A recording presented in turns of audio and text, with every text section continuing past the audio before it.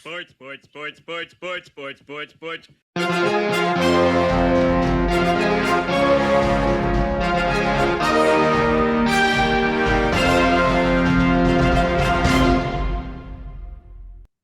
Hey there, sports fans. Welcome to Sportsball, part of the SPDM Crew podcast. We talk about sports-related topics, but we focus on you, the fan, and what you like, whether it's a sport, team, event, athlete, or sports-related news. Today, we're talking about it's starting to become an event for the NBA as well as some sports-related news. We're talking about the NBA trade deadline. And for this year's NBA trade deadline, for me at least, and I think for a lot of other people, to overshadow the Super Bowl, I think is a pretty big accomplishment because there were some seismic trades, or one seismic trades, and a lot of other little trades here and there. So I have here, this is the second time on. We talked about the Bears beforehand, but we're talking about the NBA. I've got Adam Radochonski back with us. Hello. How's it going, Adam?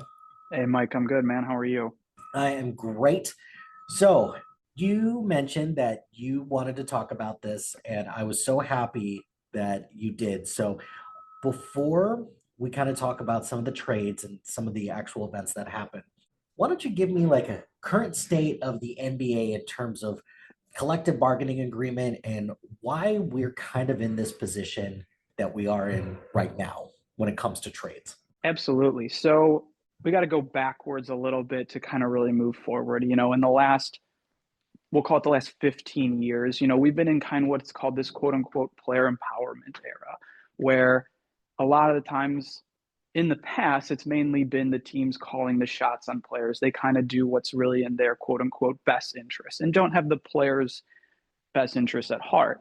That really has kind of flipped on its head over the last 15 years. We can kind of almost pinpoint it back to when LeBron James made his quote unquote decision to leave the Cleveland Cavaliers and go to the Miami Heat. Now, he was a free agent. He was not under contract with them, but it definitely sparked the whole idea of player movement. And the NBA and its fans especially have really embraced that as part of their culture and really part of what makes the league so exciting. As much as it is about the games, it's more so about these hypothetical teaming up these superstars together. Where's this guy going to go? Where's this player going to go? Oh, so-and-so is upset. He's going to leave now. We've seen this over the last 10 years especially, and it's what makes the NBA so intriguing. But then really over the last, we'll call it the 5 years or so, there have been a lot of new changes to the NBA CBA. Now, CBA, obviously, as you said, stands for the collective bargaining agreement. One of the things that really happened is setting up structures in the teams to where there are harsher penalties for teams that spend more money, essentially. So let's just kind of set the base of where teams are at, essentially. So every team has what's called a quote unquote salary cap or a salary floor. So the teams have to spend $126 million on player payroll every single year. That is the minimum. And then there's, that's kind of where it needs to be. And then there's this salary cap. And I'm using air quotes right now because even though it's technically there, teams can go over the salary cap. It only makes sense for teams that actually, if there's a salary cap in place, if they don't have the players under contract. Now, there's this little thing in the NBA that's called bird rights. It's named after Larry Bird, essentially. And basically what it allows teams to do, that if a team has a player for a specific time, they can go over the cap, over the salary cap, and re-sign that player. So when they have specific players who have all these bird rights, that's how they can keep going over the salary cap without being penalized. And then the next part is there's what's called the luxury tax. So the luxury tax is about $170 million, just a little bit, right under 171. And essentially what that means is that if you go over that luxury tax, you're basically going to be penalized, or the team is going to be penalized 1.5 times for every dollar. So basically, if you're $2 million over, that team has to pay a $3 million penalty to the NBA. And then that really just eventually just gets dispersed back to the league, essentially. It's kind of a weird concept, but that's how the NBA says, hey, this is how we're going to have competitive balance. And then the other kicker on top of that, too, is that now they've implemented something called a repeat offender tax. So if a team is a luxury tax team multiple years, then we just start multiplying basically what their penalty is going to be. So really a lot of what this trade deadline was for a lot of teams wasn't really more so basketball decisions in terms of this is how this player fits with this, or, we're trying to gear up for a championship run. A lot of what teams were doing was getting under that luxury tax so that they didn't have to pay those penalties. And it makes sense on some levels because because what can happen next is that then we're going to start getting into the extra things that happens to teams and what type of restrictions they have for player signings and player tradings. But then also there's the financial component as well as to the money owed for these teams. Again, these are sports teams, but at the end of the day, they're also running a business. They can't just hemorrhage money like that. So once we get over this luxury tax part, there's what's called the first apron. And so the first apron is $178 million. So it's $7-ish million over the luxury tax. And right now there's 4 teams. So there's only, this is how well the league is done, I guess. There's only 7 teams that are either first or second apron teams. And when I start saying the teams, you're going to be like, oh yeah, what's the commonality between all these teams?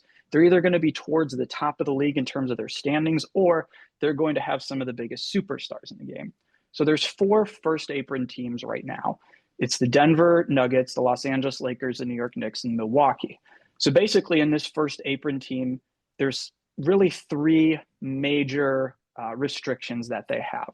So they can't acquire players and sign and trade if that player keeps them above the apron. So essentially, that's and sign and trades are a much more common practice in the NBA because of all the salary issues that teams have, we'll call it. We don't have as many situations where players will just outright leave and someone gets signed into cap space. There's a lot of sign and trades that happens because it really happens for a couple of reasons. You've got the facilitation of money. It's easier on everybody's cap. And then also the players that get that signing can keep those bird rights, like what we talked about before, where again, they can go back to the other team to re-sign for more money later in the future. So that's a big part of it. There's also another component too, where these first apron teams can't sign a player that was waived during the regular season if their salary was over what's called the mid-level exception, which is $12.2 million. So an example like this is there was a Ben Simmons who played for the Brooklyn Nets was bought out by Brooklyn. So these 4 teams and then the 3 other second apron teams, he could not sign with them because of this rule. So that's another thing where, again, it kind of prohibits a team like this in this bracket. And not that there's a lot of buyout players, nor do buyout players really become super available / helpful in championship runs, but they can help in some other things. And then the third one is one that really that's been a bigger deal over the last few years, is the salary matching in trades. So it used to be you could go over the salary to 125%. So again, using number perspective, that basically means a lot for bigger, this would really be helpful for when it's bigger salary players. So for example, you have a superstar player who makes $50 million, let's just say. They could be traded for somebody who's a $40 million player, and it would still fall within those financial parameters under the old CBA, but now it's got to be within 110%. So now you have to get that together to be 45 million instead. And so again, it comes down to the whole, you can't just do simple 1-for-1s. You have to sometimes do a 3-for-1, 4-for-1. Not every team is really interested in that. So that's really the biggest restrictions. And then the next group is called the second apron. So again, this is teams that basically just go above this salary number. This is the Minnesota Timberwolves, the Golden State Warriors, and the Phoenix Suns. And really with these, there's the previous rules that we talked about with the first apron obviously apply to them, but then there's also a couple other rules too. So number one, there's teams can't use a trade exception generated by aggregating the salaries of multiple players. And what that means essentially is that a trade exception is basically created whenever there's a difference in salaries. So again, we talk about, high dollar players, you trade someone for $40 million and you only take back 20 million in that deal, then that team creates a $20 million trade exception. So basically what that means is that whenever they make a deal, again, that team could use that $20 million exception to absorb that extra salary. So that's how you can work out some of these bigger number trades. But again, when you're a restricted team, that's what can happen. Second thing is it can include cash in a trade. And a lot of times this is something that some of the more profitable teams will do. Again, you see a team like Golden State, Phoenix, Minnesota. They're making a lot more money because they have superstars. They bring in more ticket, more ticket revenue.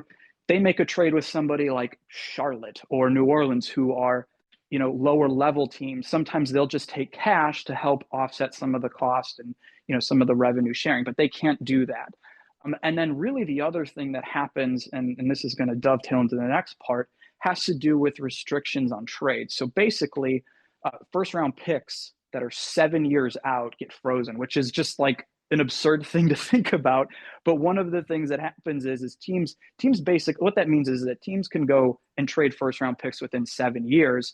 However, they cannot trade picks in consecutive years because of what's called the Stepien rule. So the Stepien rule was implemented, I think, in the 1980s because the old Cleveland Cavaliers owner just traded draft picks whenever he wanted, and there were no consequences. And so the NBA stepped in and was like, hey, we don't want this happening anymore. It's bad for the league. It's not, something we want to do. It ruins the competitive balance, is what they said.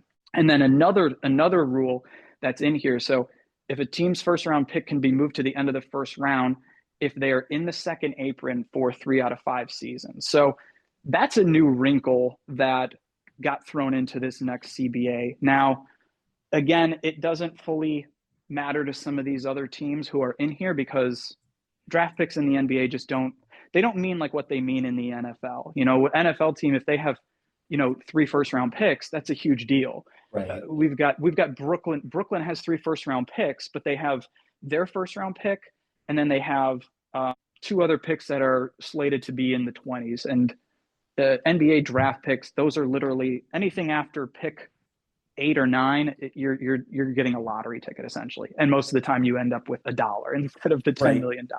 Right. So that's kind of where it is. And the draft picks, this is crazy. I had to look this up because if you were look at what is the draft order going to look like this year, and there are only 9 teams in this upcoming draft that actually own their draft pick in terms of this is the team that's actually picked. Like the Chicago Bulls had to retrade their first round pick. They're one of 9 teams that they actually have their pick.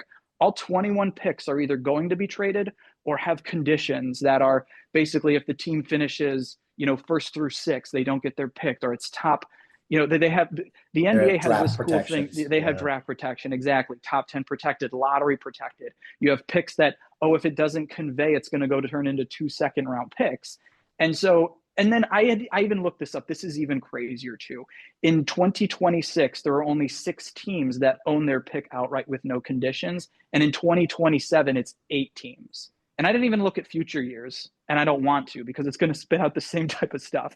But that's what happens. So then we go back to the rule of the Stepien rule, where it's teams can trade consecutive year picks of their own. So nobody can trade draft picks. So you're only taking players, and players in the NBA, it's kind of grouped of there's obviously impactful superstars, and everybody else is just kind of how good is your contract. If you have a good contract, you can be traded. If you don't, you can't. And so that's the kind of other thing too. And then I'll get one last thing. Is that teams are really less patient with young players. And it's a bit surprising. And obviously we had a couple big trades that happened too, but I was looking back into the last few years. So in the late 2010s, so 2016, 2017, and 2018, each of those drafts, there's only 2 players that were picked in the top 10 that are still with the team that drafted them. Now, obviously, people got traded on draft night, but I'm not counting that. Yeah. And then even 2019 was only 6 years ago. There's only 4 players on their team that originally picked them. So you've got all these things moving. The NBA is definitely a league where there is less urgency on the developing of players. And that's how we get to this crazy state where we're at right now. Now, it is entertaining. Let's not get it twisted. It is fun to see. It is fun to go through. But it does make for a very challenging structure with team construction and putting trades together. And even when you see some of these trades, it's just hilarious because there's trades that start out as 3-team trades. Then we have to add a 4th team, and then there's a 5th team who's literally just moving salary or second round picks just to make the trades work. And it's like, this would never happen in the NFL. The NFL would never have a 3-team trade. They're just so straight and narrow. And the NBA, we just have these crazy things. And then again, you get people who put together these 4-team trades. You go on the NBA trade machine and you're trading 4 superstars, and you're like, well, it works salary wise, so it must be a good trade. So it must be okay. Yeah, exactly. It's crazy because over the last, I would say 5 to 10 years, just some of the things that have been going on within the NBA, it's a direct result of teams just like overspending in order to try and get the best team possible. And you're actually seeing less and less teams want to do that, because you mentioned the LeBron James decision, and that gave way to the big 3 in a sense. Like, in order for you to have like a true championship contender, you need to have 3 all NBA level players, and then pretty much scraps from, just salary filler and people on minimum contracts, and just fringe players that could contribute in a positive way. And you're seeing kind of that move in a different direction now, because it's so expensive to build a big 3 right now. And teams are making do with a big 2 and then a lot of like really great players around them.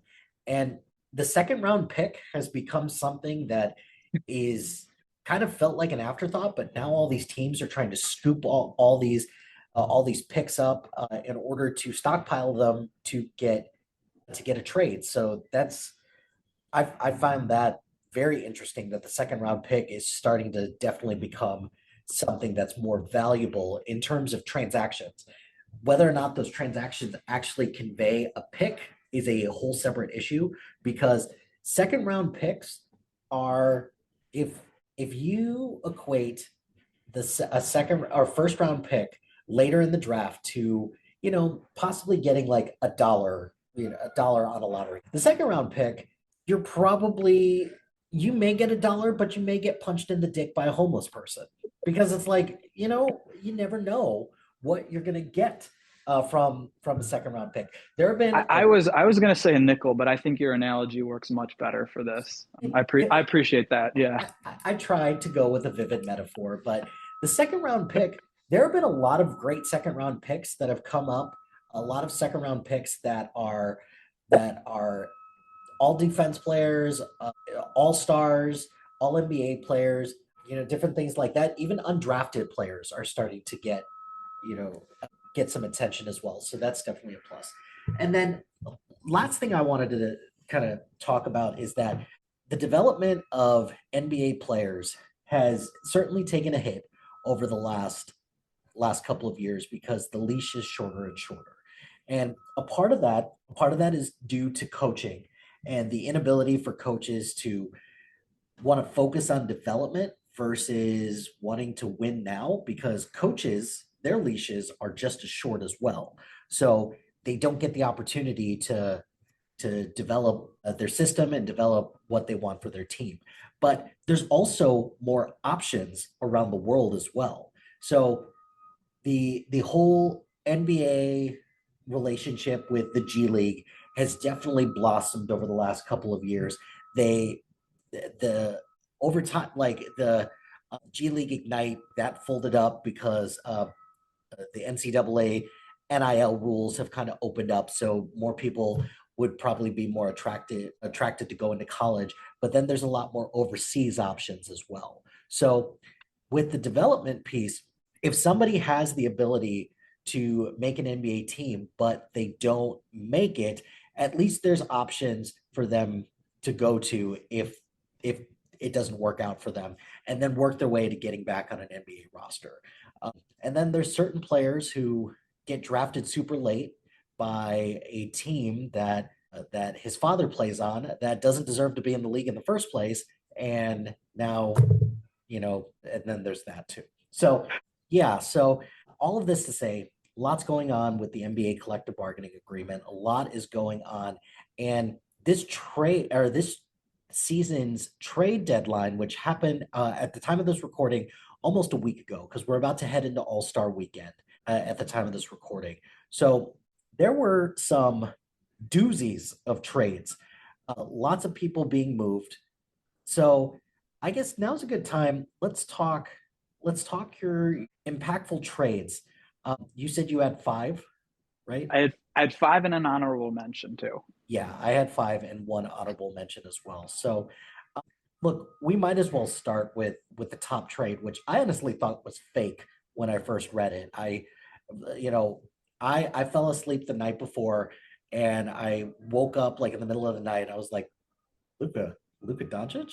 No, no, no. Wait. Oh, this is real. This is real. So I am wondering if that is your most impactful trade as well, or the one that you want to talk about first. But that was the one that definitely caught me the most off guard. So Yeah, same camp as you. I similar reaction. I didn't wake up in the middle of the night, but I woke up first thing in the morning and I was just like, I'm just gonna scroll through X and see what's going on here. And the one of the first tweets I saw was it was from a football person tweeting about Luca. And I'm like, what is this guy talking about? And then I looked at it and they're like, Luka Doncic got traded. And same thing. I thought it was fake. I was like, what the hell's going on here? Because I don't know about you, but like I've been following like Bill Simmons for a long time, and Bill Simmons, who's very famous with his NBA commentary, he came out with a trade value, and he came out with like a trade value like thing that he does every single year, and he had Luka Doncic as basically like the third most valuable player in a basic category that's like this guy would never be traded. Well, he got traded, and yes, like and it was stunning, and I'm like, and then he got traded to the Lakers, and you're like, how does he get to the Lakers? And I'm like, the Lakers don't have anybody, like they don't have anyone who would really fit his model. Because I think what has happened, especially too, is that there have been other bigger trades for superstars. You know, you think about really the ones in the last 3-4 years. It's Donovan Mitchell, Rudy Gobert, and Kevin Durant, and all those three trade packages. They're all featured around some type of young, good young players and a shitload of draft picks. This was not one of those trades. The Maverick, and I feel bad. I feel bad for Anthony Davis because I think Anthony Davis has really gotten shit on in the last like 2 weeks, yep. and he's a Hall of Famer. Like he's not like a bad player, but the problem is there's so many problems. It's first of all, you're trading a 26-year-old player who's been a 5-time first team All NBA team. He just took your team to the conference finals, and who like he's one of the best players in the world. Like the Lakers automatically win this trade because they got the best player. Like that's the very clear thing.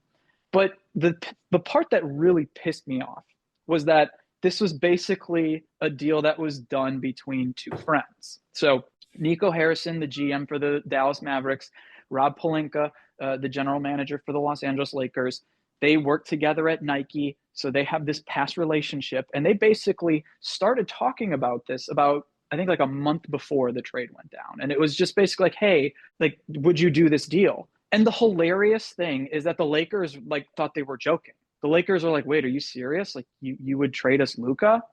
And it's just one of these things where it's just like, again, you talked about it where you were like earlier when we talked about the draft picks about like the lottery ticket. And like I equated this to like Luka is a $2 bill. So he's obviously the best thing in here. Anthony Davis is a $1 bill.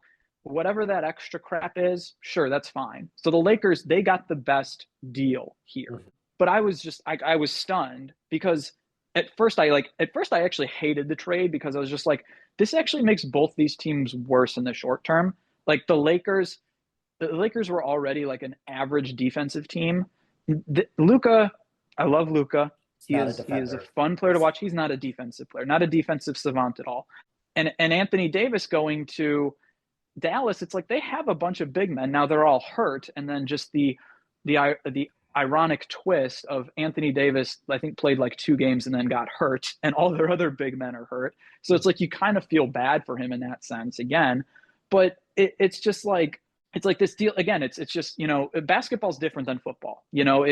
And then the hilarious thing too was like football people were trying to be like, this would be the equivalent of like, Joe Burrow for like Matthew Stafford essentially is basically kind of what I don't think what everybody came up with, but that was it. But like the basketball, like you always want the best player. Right. Almost every trade in NBA history says that if you get the best player or you get the player, doesn't really matter what your trade package is. You're going to win that trade. So like I already love this for the Lakers, and like now they're basically going to pass the torch. I mean, it's crazy. They've went from Magic Johnson, and then they had a couple of years where they kind of struggled. Then they got Shaq and Kobe. Then they got LeBron late in his career. They had Anthony Davis as well. And now they're going to go to Luka Doncic. It's insane. And I feel bad for Dallas fans. Like when you get a guy like this, like you expect him to be there for his entire career. And the worst part is like there was never anything like Luka has just been completely praised. He's completely praised Dallas. You never heard anything about it. There wasn't anything about like, oh, he's not going to sign a contract extension with us. Like they didn't talk to his agent at all. Like there's so many things that are just like so bad. Like, so you don't talk to the agent, you don't talk to the player, and then you only negotiate with one team. And it's like, this is the, like, and from Dallas's side, I kind of understand it because they're probably thinking to themselves, again, we talked about kind of the coach and the GM. The GM wants the best deal, but the coach is like, I want the best player. I mean, Anthony Davis, again, like he's a Hall of Fame player. He's still really good. Yes, he gets hurt, but he's still like a good player. And he probably was the best actual player you're going to get. But what happens with Dallas now is that you've got Anthony Davis, who's 32 years old. You've got Klay Thompson, who's 34. Kyrie Irving is 33. Now you have this old core for maybe a couple years. You better be good. Right. Because the Lakers are going to be, they're going to be set up for a while now. Luka, now there hasn't been anything yet that's come out about Luka not staying with Los Angeles long-term, but it feels like every indication is that he's going to be there. So again, there's risk for the Lakers. He could leave in a year and a half and go play for somebody else. And then the Lakers are just like, and maybe that's the Lakers saving grace is like, well, we only gave up, past his prime Anthony Davis and, a first round pick 6 years down the road. We don't care about that. Right. So that's maybe their saving grace, but holy shit, this is just one of those trades where you're like, this is not going to look good. And then Anthony Davis gets hurt. He's now out for like multiple weeks. Luka's only played one game, I think, so far, and he's on a minutes restriction. And so like, okay, that's fine. He'll get there. And again, the whole reporting that came afterwards where they're trying to be like, Luka's out of shape. Luka doesn't take care of his body. His conditioning isn't very good. His conditioning isn't very good. He's averaging a 27, 8, and 8. And it's like, again, you can kind of understand some of those things. Like, it's not crazy. It's not a crazy thing that they did.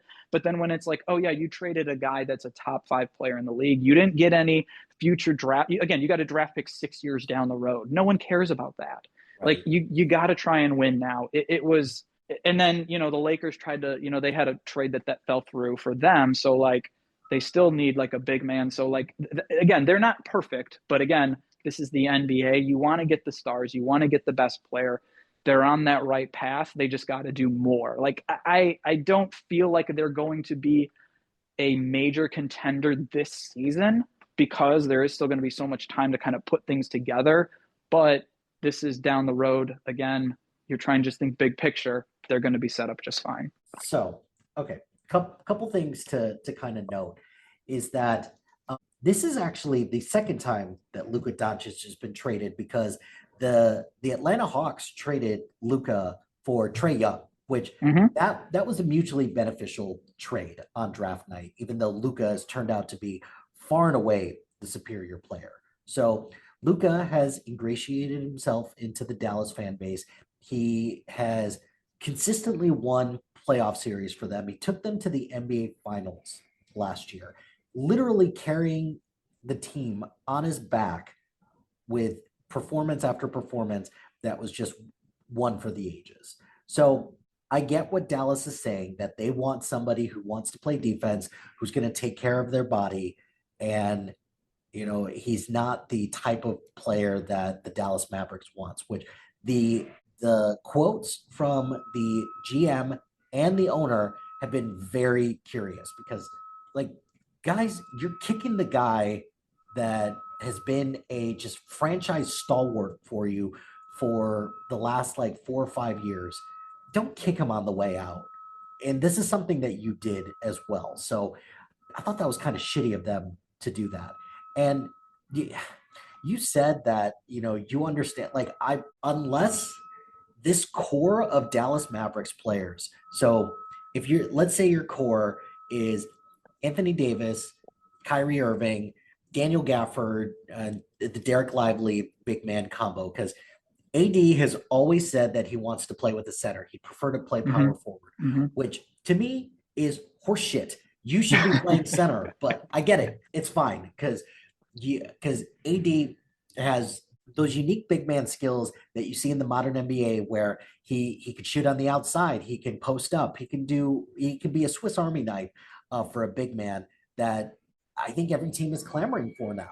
So if your core team and you throw Klay Thompson on that team, if they don't win a championship in the next couple of years, then this trade was a massive failure because Luka Doncic is still not in his prime yet. He's only 25 now, and he still has lots of runway to go. And I'm thinking now, I could be wrong about this because this is kind of a roll of the dice. I certainly hope that this will be a bit of a wake-up call for Luka, that he needs to get in better shape, and what better person to learn from in the twilight of his career than LeBron James for something like that, because LeBron is not going to play forever. He's got, I think his decline is very evident now. So it's going to be a couple more years before I think this is fully Luka Doncic's team without like the shadow of LeBron James around. I'm not necessarily sure I trust Rob Pelinka to put a competent team around Luka. That's my only concern. But without a doubt, the Lakers got the best possible outcome from this.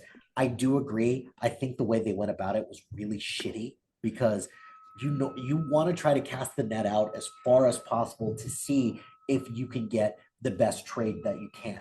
And I'm sure that there are better trade opportunities. There were maybe better trade opportunities out there. Who knows?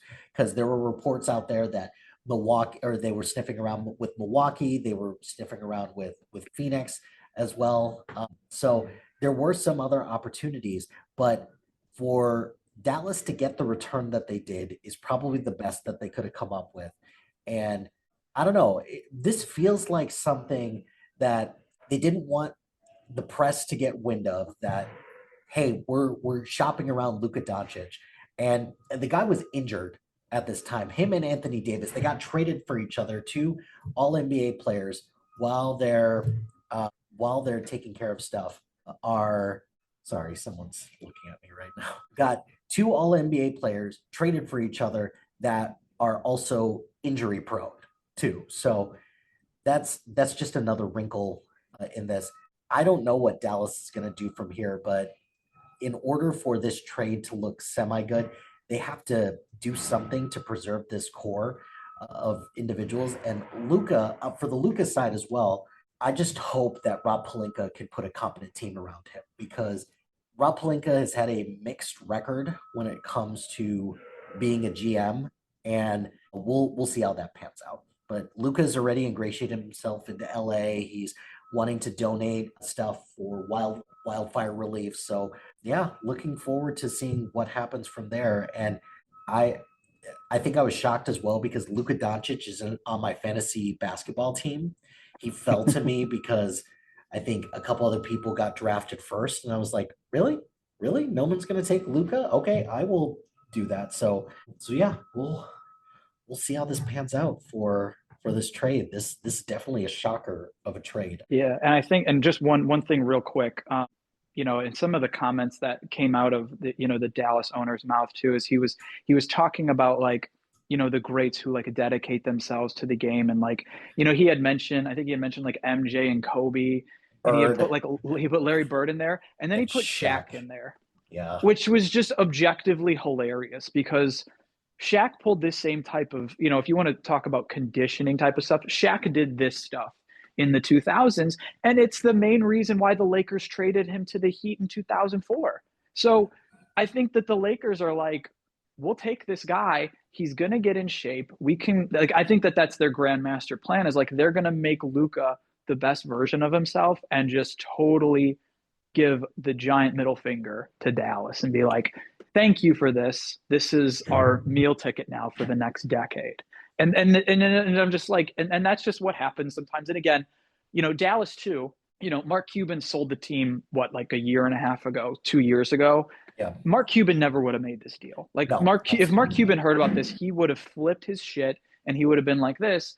But this is another little wrinkle of the NBA is you get some of these non-NBA people in and they start worrying about money and they're like, oh, it's like, well, we're going to pay this guy $350 million. And it's like, but he doesn't take himself seriously or get in shape. But it's like, okay, he's not in shape, but he's still averaging 27, 8 and 8. And still he's a top 5 player in the league. Like we got to have smarter owners, but we also, this is what makes the NBA fun, is when we have stupid owners and stupid general managers doing stupid things. Yes, agree. All right, you mentioned the Mark Williams trade, because right now, by all accounts, the Lakers do not have a full-time center.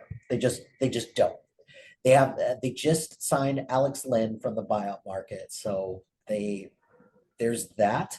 But Mark Williams was supposed to be the player that was supposed to be this great lob threat. He had great offensive numbers. His defense was not great, and he's very much injury prone, which is hilarious to me that they would trade an injury prone center when they just had AD, who is also an injury prone power forward / center. So the deal, I understand why they made it, but they ended up rescinding it because they got some medical records and they were like, whoa, we don't like what we see here, which to me, it's like, wouldn't you have done that research beforehand a little bit, like a little bit more? But yeah, it's a little, it's that type of stuff is tricky, because again, some agents, some teams will withhold this type of stuff, Yeah. and not saying that it's right or wrong, but it's just, that's kind of how it can work. It's the nature of the trade. Yeah, exactly. And again, it's the trade deadline. It's like, hey, you're not doing this a week before where you have the time to get the physicals in and all that. It's like, this is what happens. This is the risk you run. That's why the trade deadline can be so unpredictable and those type of things. So, and again too, and the price they gave up too was pretty rich. They essentially gave up Dalton Connect, who was their first round pick. It was Cam Reddish, and then a future first round pick, which again, we know that those first round picks can be, they can mean nothing, but still, young player. Again, Mark Williams, like you kind of said, he's very much a prototypical hypothetical player, where it's like everything that you write down on paper is really good, but then he just, you need defense, and he's just not very strong defensively. He was a below average defensive presence, even though he's massive. He's 7'2" with a 9'9" standing reach, which basically means he can almost touch the rim by just lifting his hands above his head. Like he's a giant human being, but injury concerns, defensive lapses. Yeah, they signed Alex Len, who, sure, fine, he'll play, but he's a warm body. You're going to be, exactly. He's a warm body. You're going to be, you might have to play Denver, or you're going to have to play Houston, who has Şengün, or Memphis, who has, Jaren Jackson Jr. So how are you going to match up with that? I mean, obviously, Lakers' counterpoint is going to be, well, how are you going to match up with Luka Doncic and LeBron James? Very fair argument.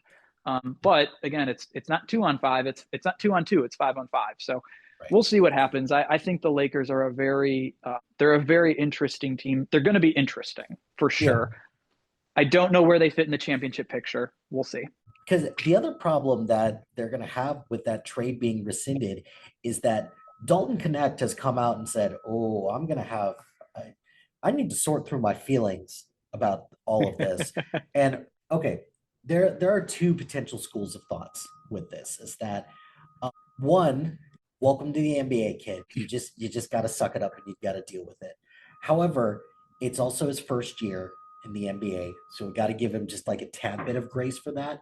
But also, Dalton Connect was somebody that like fell to the Lakers in last year's draft. He was supposed to be drafted much higher. So everyone is touting him as being part of the future. So I'm going to be monitoring that because his season this year has been fine overall. This year's rookie class has been very, very up and down. So he's someone that I'm going to monitor in the future to see how this is going to affect him moving forward. Is this going to have an adverse effect on his psyche, or is he going to use this as fuel to get better? Who knows? But we shall see about that.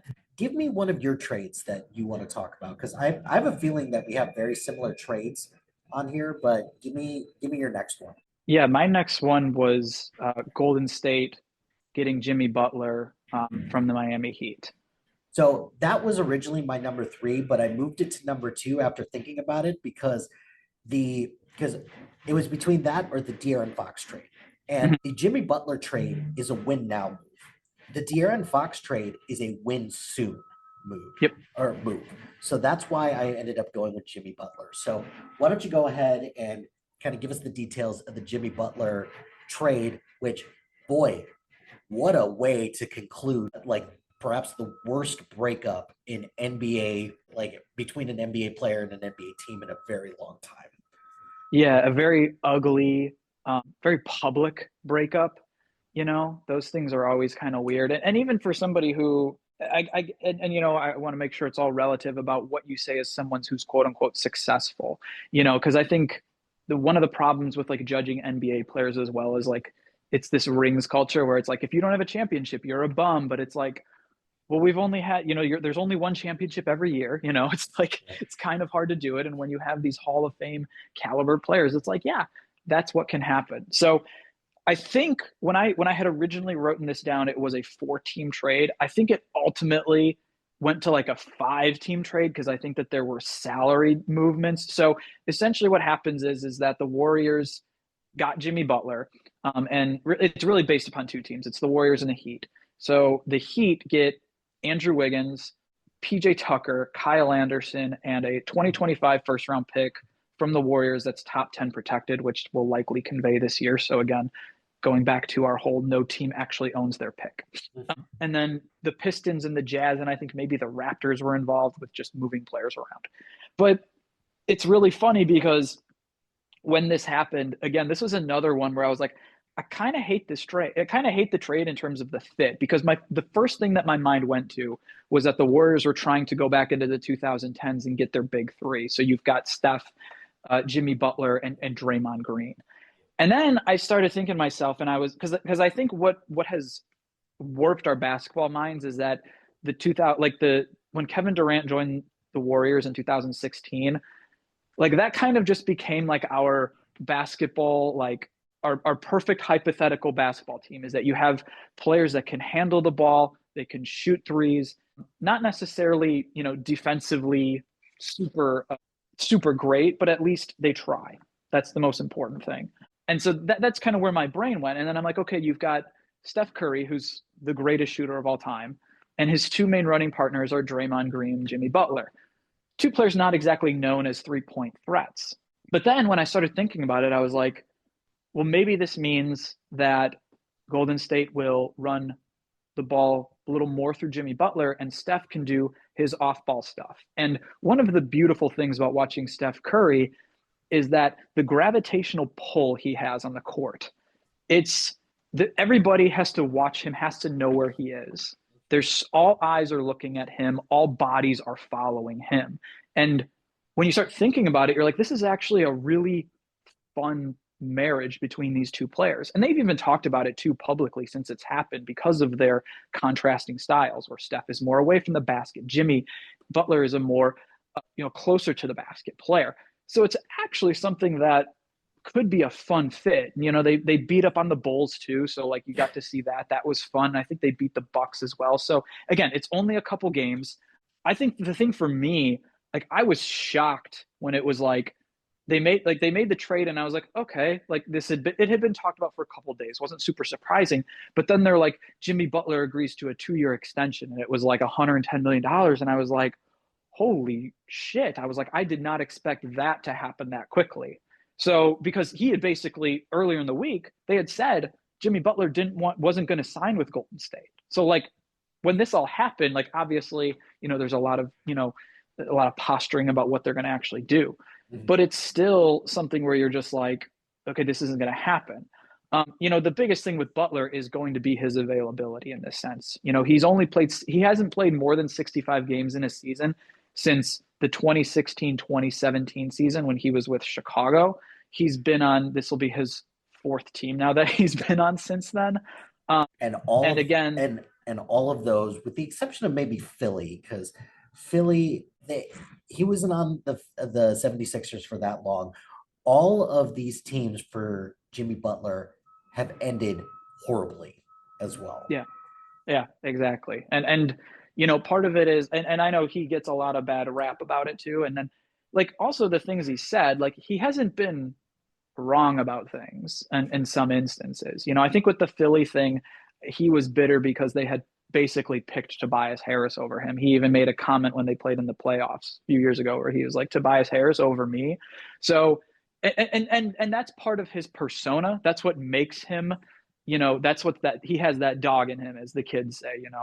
I'm not gonna say that like that's what I say, but that's what he does. That's what he projects, and that's how he helps. That's how he carries himself. That's what makes him who he is. So it's one of those things where it's like when I first saw it, I was like, I hate the trade, I hate the fit, because I love watching Steph. I am a Steph Curry fan. Golden State's like I've always admired them. So like I'm like, this could be really bad. But then I started thinking about it. I'm like, okay, this might actually be this might actually work with them.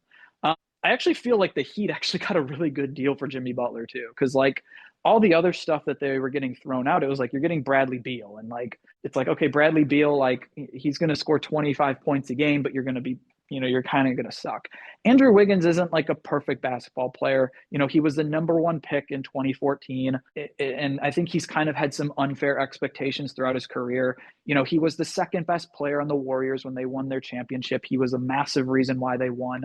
He's not the personality type. He's not the type A, that alpha personality, but he's a really good basketball player. The Heat are re-identifying themselves. Tyler Hero's had an unbelievable year for them. They had an all-star team. Bam Adebayo is still one of the more underappreciated big men in the NBA. Having a bit of an off year, but a lot of those guys who played in the Summer Olympics this year have kind of been having off years. So that still doesn't change the fact that he's a great player. So him, Hero, and they still got Spoelstra, who is among one of the best coaches in the NBA right now. Exactly. And, who knows with the East, they're probably not going to make much noise in the playoffs, but who knows? I mean, anything can happen. We have a very, topsy-turvy East at this point. If somebody gets hurt, that's going to open a door for anybody. And the Heat, they have that aura about them where it's like they're going to make something work. They've been doing it for the last decade where they pull guys off the street and they become rotation players. Now, there's a very big difference between developing superstars and rotation players, but the Heat are a great example of team that's kind of built, that's built around the fringes and really gotten a lot out of players. So again, it's going to be hard. And Jimmy Butler also wasn't having a great year too. So like, it's not like they were losing this massive piece because of his lack of availability, but it's still from that presence, like we talked about, that type of mentality, taking that away, it can hurt them a little bit. But again, it seemed very clear that this marriage was over. It ran its course. Yeah, for sure. And so far, the couple games that Jimmy Butler has played, he's had a shitload of free throws. And that is a kind of attacking presence that the Warriors have not had in a long time, maybe since, Kevin Durant. And I wouldn't even consider that to be much of an attacking presence. So, because that was kind of the flip side of this deal, is that Jimmy Butler made it known that he wanted to go to Phoenix. Mm-hmm. And Phoenix tried a lot of different things to make that happen, including potentially trading Kevin Durant back to the Warriors. And Kevin Durant emphatically was like, no. And Bradley Beal, who has a no trade clause, could have vetoed every single thing that could have come his way. And on the Shout out to Bradley Beal for getting a no trade clause. There's two players in the NBA with a no trade clause. It's LeBron James and Bradley Beal. clearly on the same wavelength in terms of success. But to your point earlier, that's that whole situation that's going on in Phoenix, that's management's fault, specifically their new owner's fault. The reason why they're in that situation, because now you're going to have an unhappy Kevin Durant who's like, you tried to trade me, and an unhappy Bradley Beal who is like, whoa. I call the shots because you traded for me and you didn't have me rescind my no trade clause like an idiot. So now I have all the leverage. He said that like a couple weeks ago, and I was like, yep, sure does.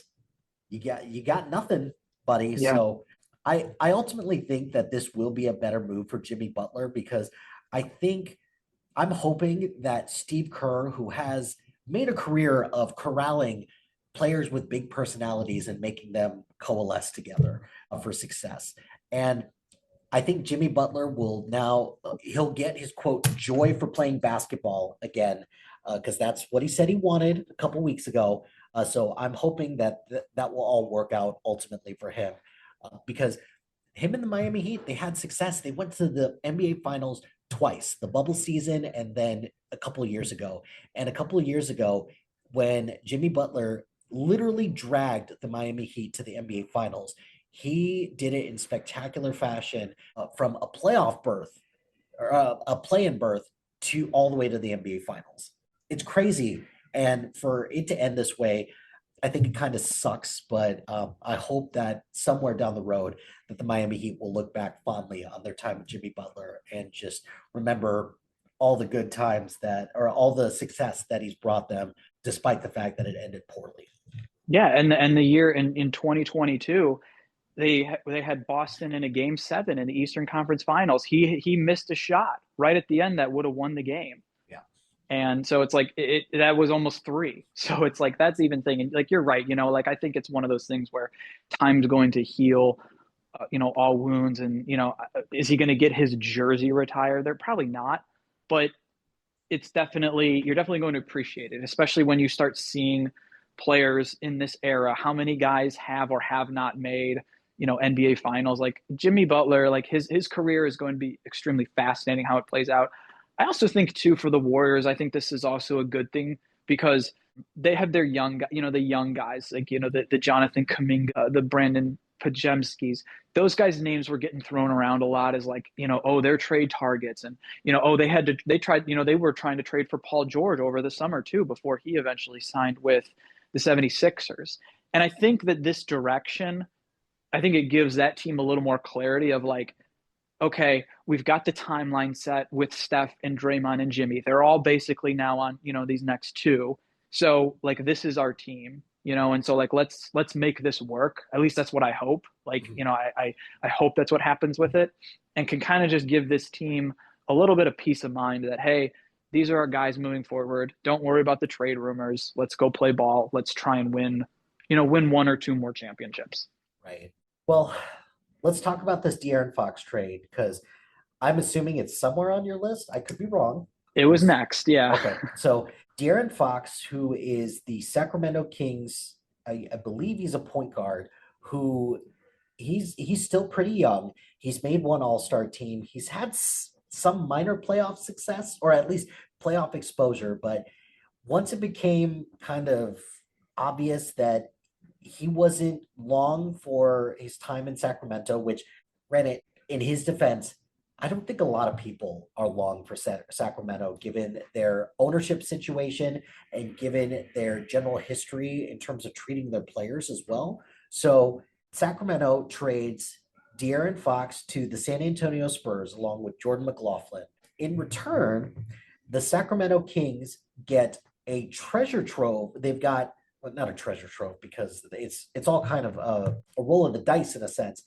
3 first-round picks, 3 second-round picks, some random scrub, and then Zach LaVine from the Chicago Bulls. And in return, the Chicago Bulls get Zach Collins, Trey Jones, Kevin Huerter, the Red Rocket himself, and their own 2025 first-round pick via San Antonio, even though if they would have kept doing what they were doing, they probably would have kept it anyways. Which that's the thing that kind of irks me about this deal, even though you get a little bit of peace of mind to know that, hey, whatever we do now, we're going to get that first round pick.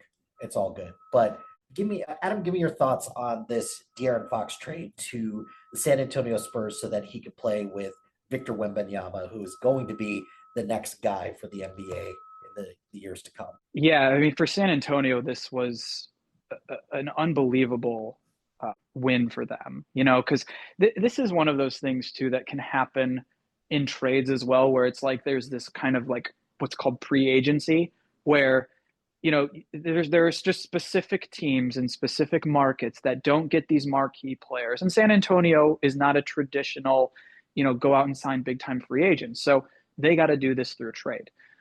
De'Aaron Fox, one of the things too, when we talked about, like, and you had said, his success in Sacramento, which is relative, it's the first time they made the playoffs in 20 years. They didn't win the playoff series. They lost to the Warriors, which is okay. You lose to the Warriors, that's fine. No one's going to hold that against you.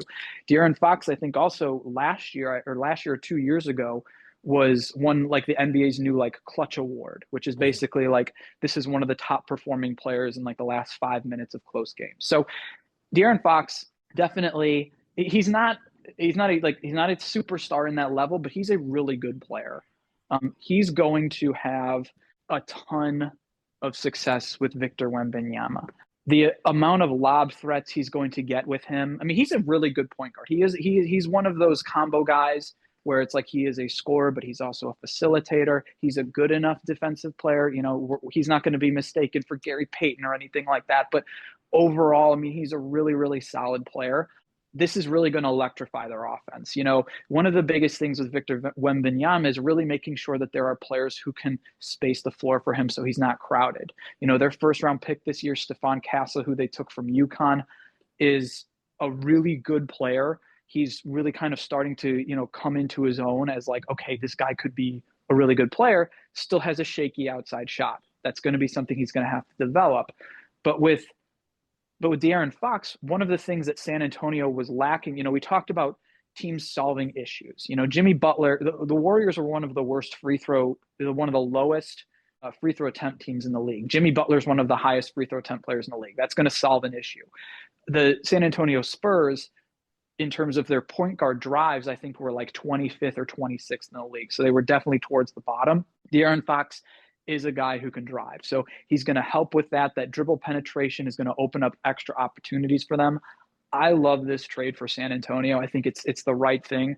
And then all the word too that came out beforehand and why this deal got done was also De'Aaron Fox basically saying, I want to go play in San Antonio. I want to go play with Wemby. So it's not a situation like with Luka in LA, where it's like, well, we think we can sign Luka, but there's this very real possibility. There's also this real possibility where he could just walk in 2 years. De'Aaron Fox, he's going to stay there. He's going to play. He identified that as a long-term solution. So that's a big win for San Antonio. So I love this deal for the Spurs. I think they gave up nothing of consequence here. And, you talked about some of those draft picks. So here's the draft picks that they gave up. They gave up 3 first rounders. So they gave up a 2025 first round pick from Charlotte that's lottery protected. Charlotte's one of the worst teams in the league. So Charlotte's going to keep their pick. So that essentially, because of that trade, it's going to convert to 2 second-round picks. The second first-round pick is a 2027 San Antonio first-round pick. So that's 2 years from now, down the road. But it's the expectation. I was just going to say the same thing. The expectation is that Victor Wembanyama is going to become a juggernaut in this league if he hasn't already. So the expectation is that pick probably not going to be very good. Exactly. And then the other pick is this 2031 first round pick from Minnesota that's unprotected, which Minnesota, again, you talked about Sacramento, a team, and we'll get to Sacramento a team that doesn't have sustained success. Minnesota, we don't know what's going to happen with them. I mean, they made the conference finals last year. Their team, they traded Karl Anthony Towns. They're not the same team this year.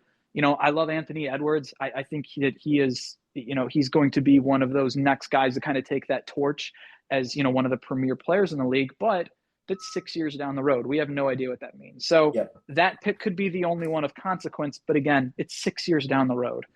Who are we to say? So I think the Kings did fine in this deal. De'Aaron Fox clearly wasn't happy.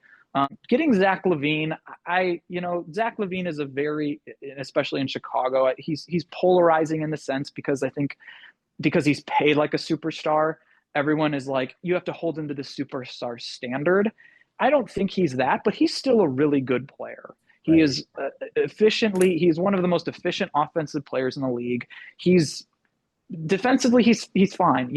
When he came to the Bulls, he was terrible. So the improvement he makes from terrible to, maybe average, I think he deserves a ton of credit.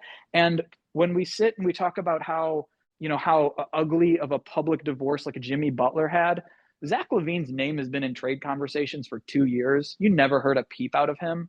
He just put his head down, went to work. So I think he's a good player. I don't love the fit in Sacramento. It's like you already have DeMar DeRozan there.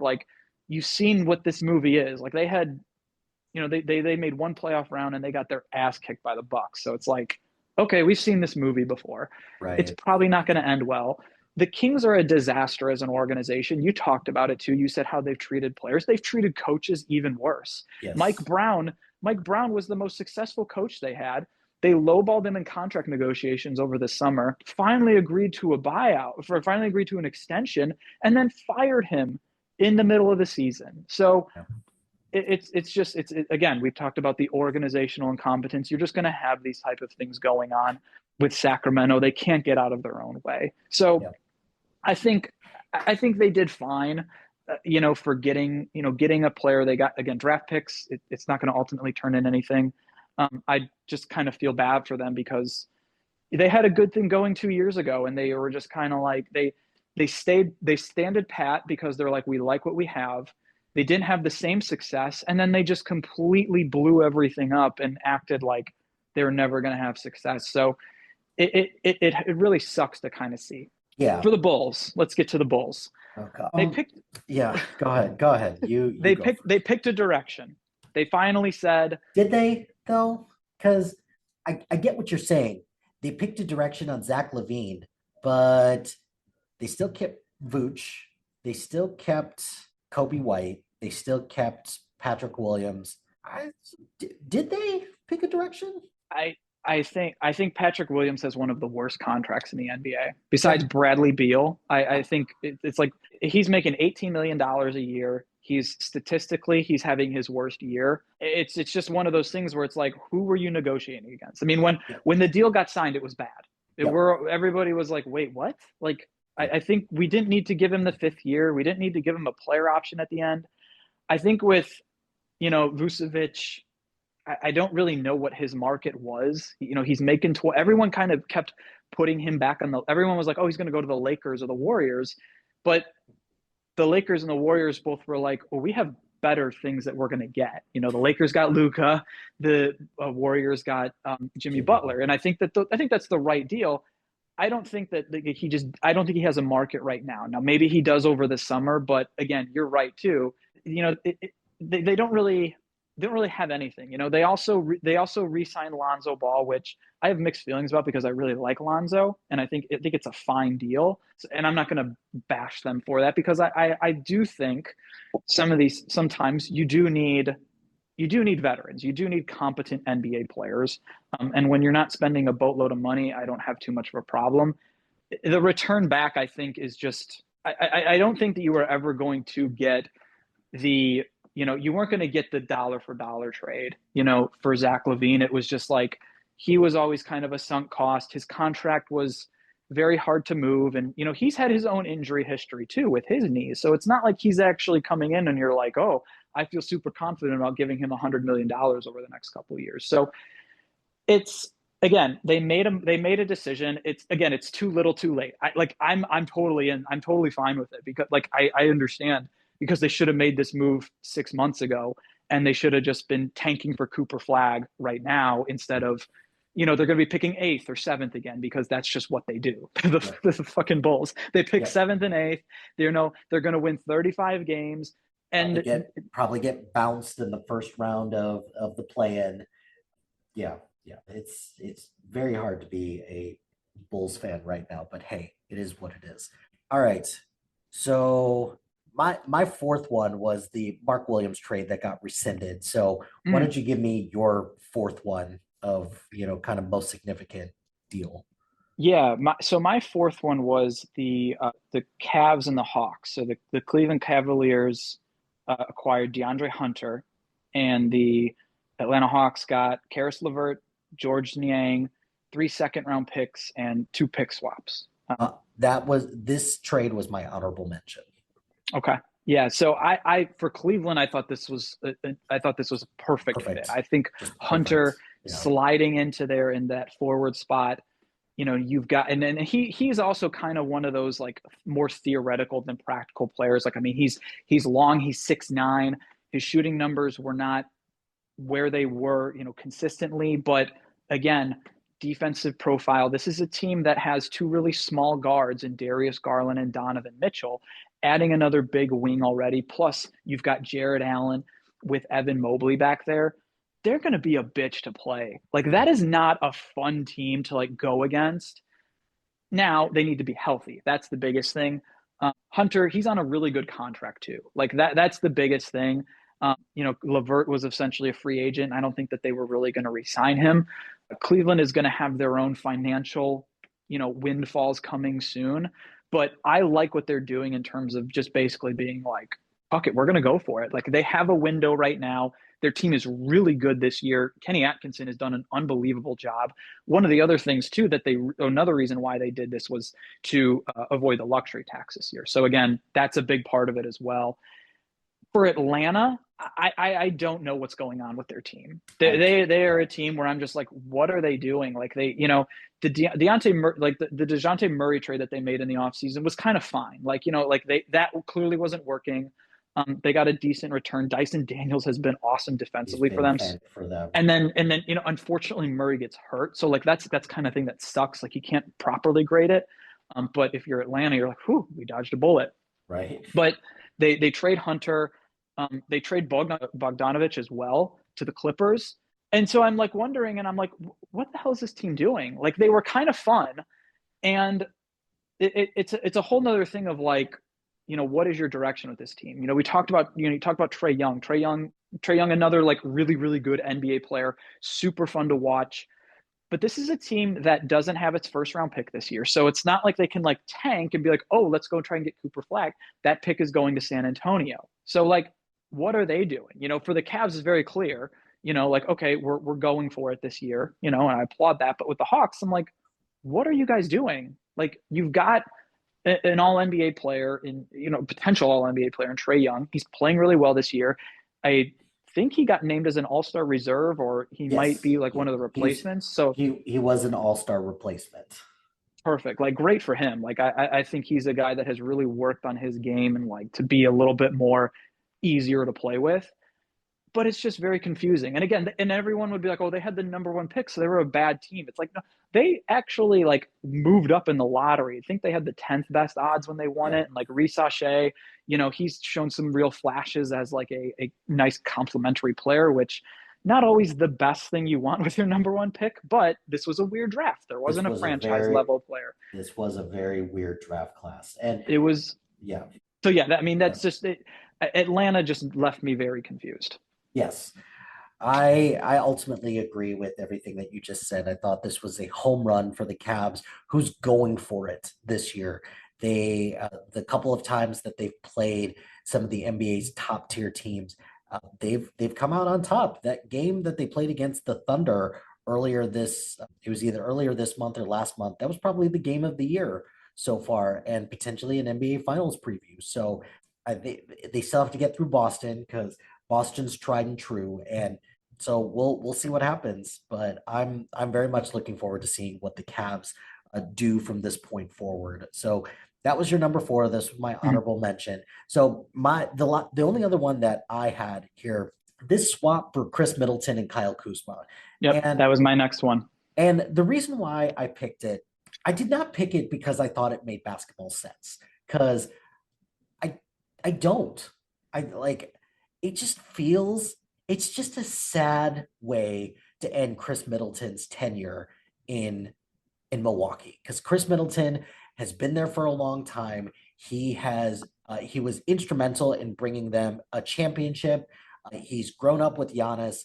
It's just sad, and it felt that this kind of feels like what these are kind of like some of the ramifications of what happens when you kind of fuck around with the collective bargaining agreement because Chris Middleton has been injured a lot recently. He hasn't gotten very many chances to, be on the court at the same time that Damian Lillard and Giannis have been on the court together too.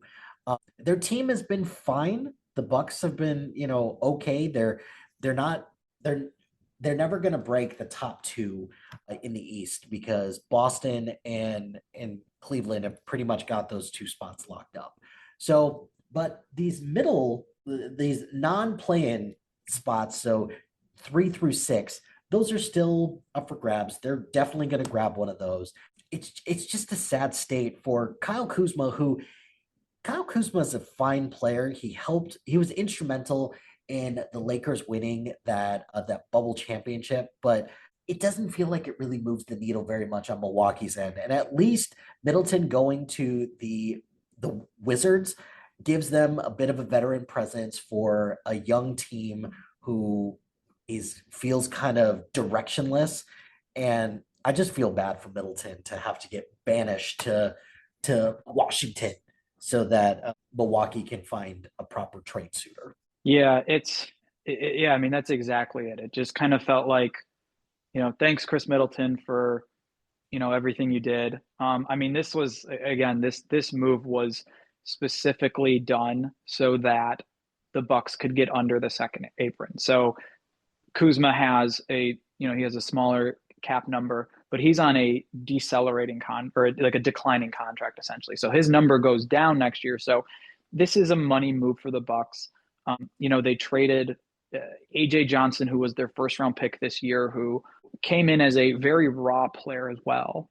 And it's just another line of the Bucks failing. I don't want to say failing with first round picks because they used part of their picks for the Drew Holiday trade that netted them a championship and for Damian Lillard.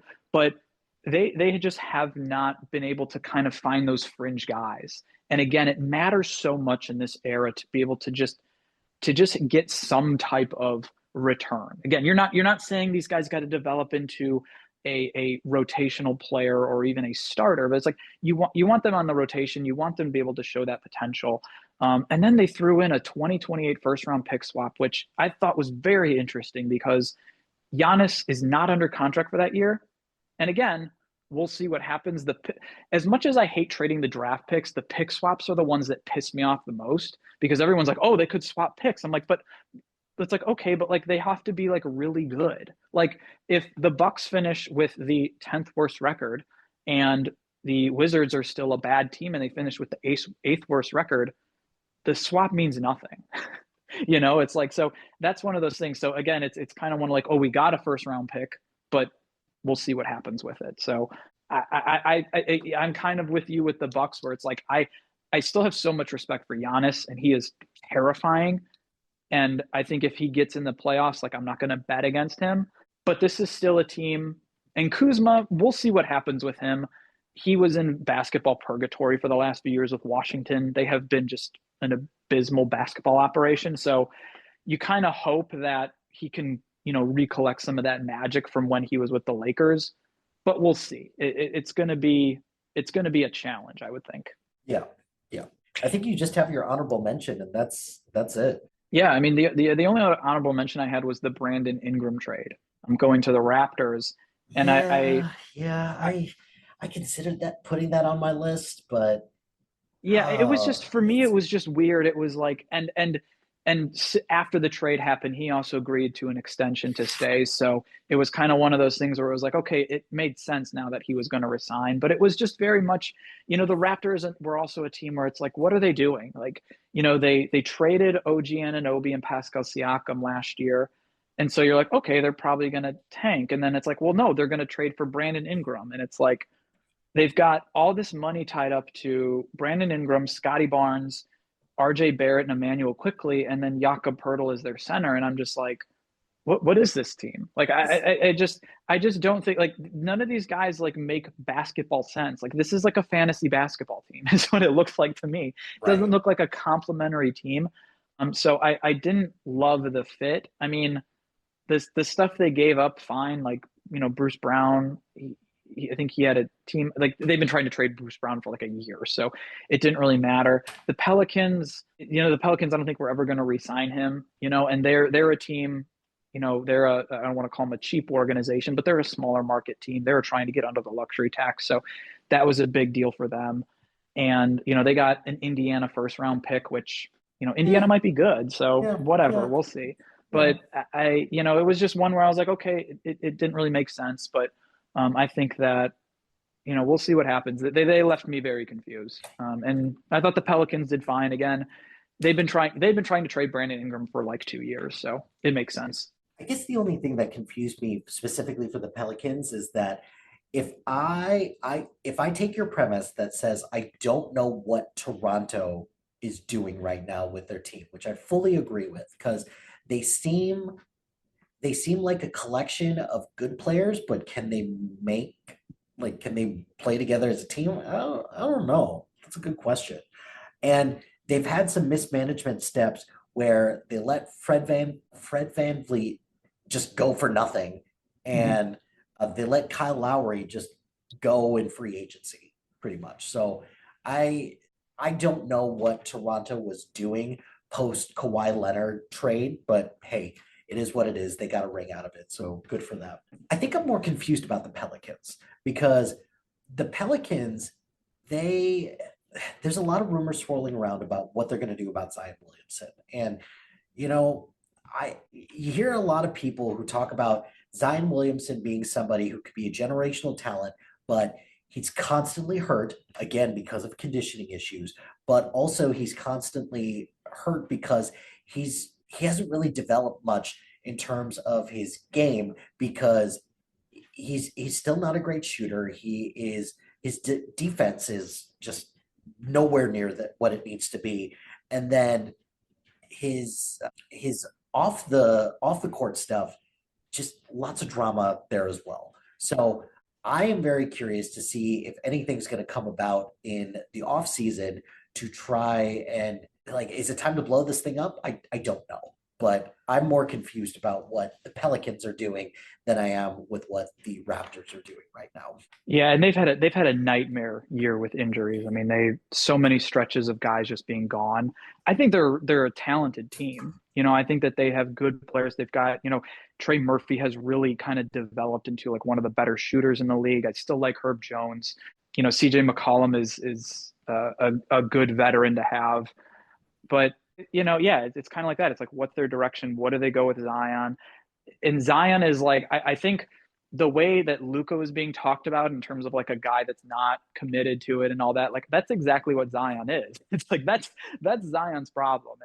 And he's never done anything. He's been in the league. This is his sixth year. I think he's played in 6 playoff games. So he's a guy that, again, as we start talking about the limitations that teams have with salaries and everything, he's going to be a fascinating guy to watch this offseason because he's got a big contract. There's definitely not the return on him that the team has gotten. And this is a small market team. And they're probably really happy to still have Zion, but they also probably in the back of their minds are like, if we're able to wipe our hands clean, we'll do it. But it's just finding a home for him. I don't know where the right fit is for him because I don't know what he is as a basketball player in his finality. And I also don't know what the best fit for him long-term is. We've never seen him really play with too many good players. He played with Brandon Ingram, obviously, for his career, but, it's like, what is the right situation for him? Is your situation having him bring the ball up? But then what do you do from a defensive standpoint with him? So he's going to be one of the more fascinating players this offseason to watch. Yeah. All right. So I'm unfortunately at time. So why don't we leave it at this? And do you have any other thoughts about the trade deadline or anything else that you want to talk about? Like, is there any team that you think kind of has elevated themselves to a point where it's like, okay, because they made this trade, they're going to be in the mix now? Yeah, I think Cleveland. I think Cleveland is a team where, if they hold on to the number one seed, I think basically what that's going to mean for them is avoiding Boston and New York until the conference finals. I think that that's their best path at this point. I think that they're well positioned right now. The East is really in a lot of flux. There's, again, I think Boston and New York, the winner of that series is, that's going to be a bloodbath. But then after that, there's so many question marks. Milwaukee, we talked about where, I'm terrified of Giannis, but I don't know how the rest of that team is. The Pacers, they're a fun team, but did they catch lightning in a bottle last year, getting in the conference finals? The only team that really I don't want to say I worry about, but the only team that would, maybe cause some legitimate concern is the 76ers. But that's basically assuming that Joel Embiid all of a sudden gets into phenomenal shape, Paul George refines himself, and they can kind of work this out. But they're kind of a team that it's like, well, if things break properly, but Philly's never had things break properly, so I'm not counting on them. So I'm thinking Cleveland, like again, and I love that Cleveland went for it because I think the windows in the NBA are so small, and I hope that they go for it, and I hope that they get a real opportunity to go to the NBA Finals because I think their team is that talented. Yeah, Cleveland feels like the obvious pick here because I don't think Milwaukee did themselves any favors. There's a couple teams kind of in the East that they didn't do much of anything because one is because they made their big move over the summer, and that's New York. Surprised that they didn't go for anything, but they made their big splashy trade over the summer. And then Brooklyn didn't do much of anything, which I would have expected that they would have been more active trying to move people out. This by no means says that I think that they're a championship contender by any means, but the fact that they kept a couple people that everybody resoundingly thought were going to get traded was curious. Orlando is a team that I was surprised that they did nearly nothing at the trade deadline, but they got a good thing going, and injuries have kind of depleted their season. And then on the West, I mean, Phoenix was the only one that's like, okay, you moved Yusuf Nurkic, but that's about it. And now your locker room's toxic. And the only other team that I would say has kind of bolstered their championship odds up maybe just a little bit is probably the Warriors, because the Warriors are going to take advantage of the fact that the Dallas Mavericks are going to like a lot of their forwards and their centers, they're getting hurt.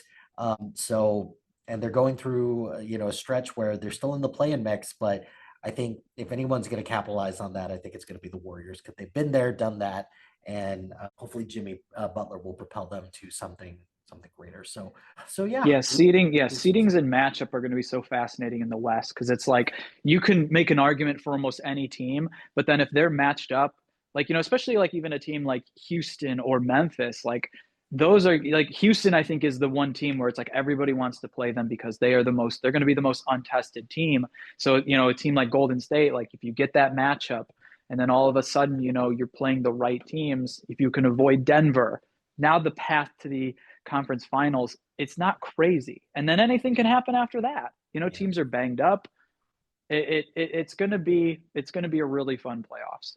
All right. Well, Adam, thank you very much for your time. I greatly appreciate it. Always looking forward to catching up with you via sports. Do you have anything you want to plug or anywhere that people could find you if they want to continue to hear your sports talk? No, I mean, it's just even on my Instagram, I think it's still just my same one, Adam Rads at Adam Rads 0925. And yeah, we will pop on for more stuff in the next coming months because we got football stuff coming up. We got NBA playoffs. I'm here. All right. Cool. Sounds good. Looking forward to having Adam on for more talk coming up soon. That's going to do it for this episode of Sportsball. Be sure to like, rate, and subscribe to anything and everything SPDM Crew, wherever you get your podcast. Join us on social media on Facebook, Instagram, X, Threads, YouTube, and Blue Sky at SPDM Crew. Check out our website at SPDM. Shout out to HiFlyer Creative Studios for making our awesome logo. Greatly appreciate their support. And if you have any marketing, logo, or brand standard needs, contact them at HiFlyerCreative.com. Check out our other shows on the podcast network. We've got shows about movies, TV, music. We've got shows about physical media collections. We've got shows about comic books. So check out all the other shows on our network, and we greatly appreciate the support.